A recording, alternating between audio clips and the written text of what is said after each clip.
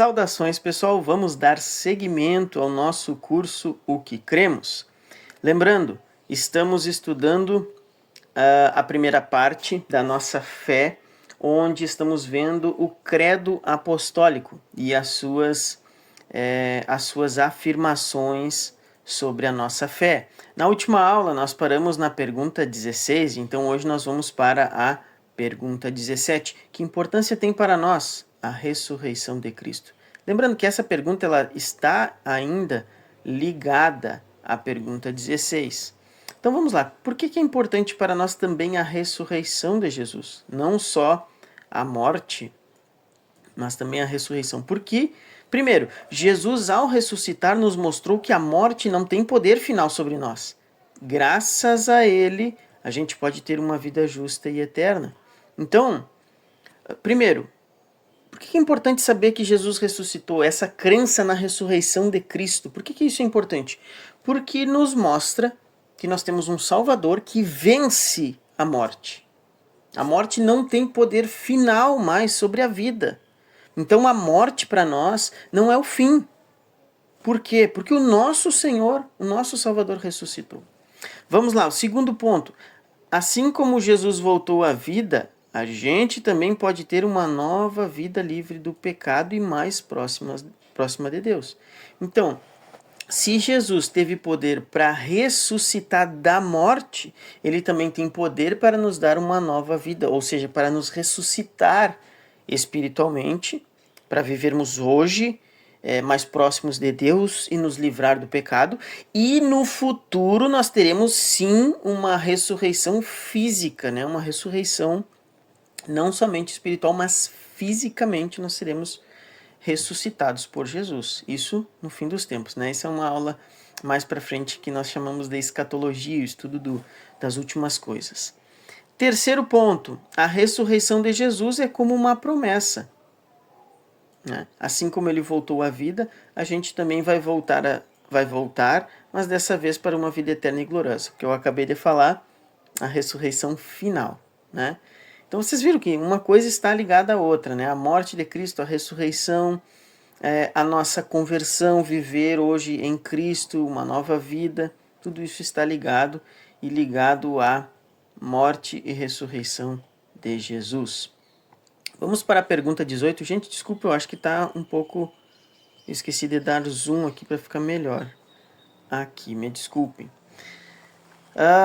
Então, pergunta 18. O que você quer dizer com as palavras subiu ao céu? Então, olha só, a gente viu a morte substitutiva de Cristo, né? Ele morreu substituindo os nossos pecados, ou seja, ele levou os nossos pecados e nós hoje não precisamos pagar pelos nossos pecados. A gente viu a ressurreição. E agora tem essa questão do credo apostólico que diz que Jesus subiu ao céu. O que isso quer dizer? Isso é a chamada doutrina da ascensão. Ou seja, Jesus, depois de ressuscitar, ele se mostrou aos seus discípulos, aos seus seguidores, provou que ele havia ressuscitado e agora ele ascende aos céus, ele sobe novamente, ele retorna aos céus, tá? Então é isso que está querendo dizer, subiu ao céu. Vamos ler aqui? Eu acabei não lendo. Jesus subiu para o céu e está lá cuidando de nós. Ele está no céu esperando o momento certo para voltar e julgar todas as pessoas. Aí aqui já entra uma questão final que vai estar lá no final do credo que nós vamos ver também. Tá? Mas, em princípio, por que ele subiu aos céus? Porque ele voltou à direita de Deus Pai. Que aí entra já a questão 19. Porque se acrescenta está sentado à direita de Deus ou está assentado à direita de Deus Pai Todo-Poderoso. Jesus subiu aos céus para assumir o papel de líder da igreja, que é formada por todos os seus seguidores. Do céu, ele governa sobre todas as coisas, representando o seu Pai. Gente, essa ideia de estar assentado à direita dá uma ideia historicamente, né, tinha-se a figura das pessoas que se assentavam à direita do rei, né, uma posição de majestade, uma posição de governo também. Tá? Então é para realçar, para enfatizar a ideia de que Jesus governa a igreja. Jesus morreu, ressuscitou mas isso não é prova de... A morte de Cristo não é uma prova de descaso de Deus Pai com o Deus Filho. Pelo contrário, ali Jesus estava conquistando a salvação para a sua igreja. Ok? E aí entra aqui a questão de julgar vivos e os mortos, né? Que consolo de onde há de vir para julgar os vivos e os mortos. Lembrando, né, que está ali no credo. Então, que consolo traz a você a volta de Cristo para julgar os vivos e os mortos? Tá? Então, assim, gente, aqui tem a questão do julgamento divino. Cristo é o supremo juiz. Ele herdou essa posição de juiz também, junto com o Pai. E ele voltará. Então aqui tem a segunda vinda de Cristo. A primeira vinda é a vinda de Cristo na sua humilhação. A segunda vinda, que ele voltará, ele retornará à terra, é a vinda na exaltação de Cristo. Ok? E o que ele vai fazer nessa segunda vinda? Ele vai ressuscitar os mortos para trazer os salvos junto com ele. Isso é uma questão escatológica que a gente vai estudar mais para frente. Mas ele também virá principalmente para julgar os vivos e os mortos. Então vamos lá, ó. E aí que consolo traz para nós saber que Cristo vai vir julgar. Isso tem que trazer medo para a gente? Não, pelo contrário. Ó, mesmo se sofrer ou se ser perseguido, mantenho esperança em Jesus. Ele já morreu por mim e me livrou do pecado. Eu não preciso ter medo da volta de Jesus, né? Muitas pessoas falam, Jesus está voltando, ter preparo. Nós devemos andar preparados.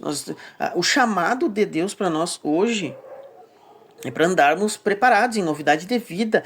Fé, esperança, amor, receber, aprender, servir.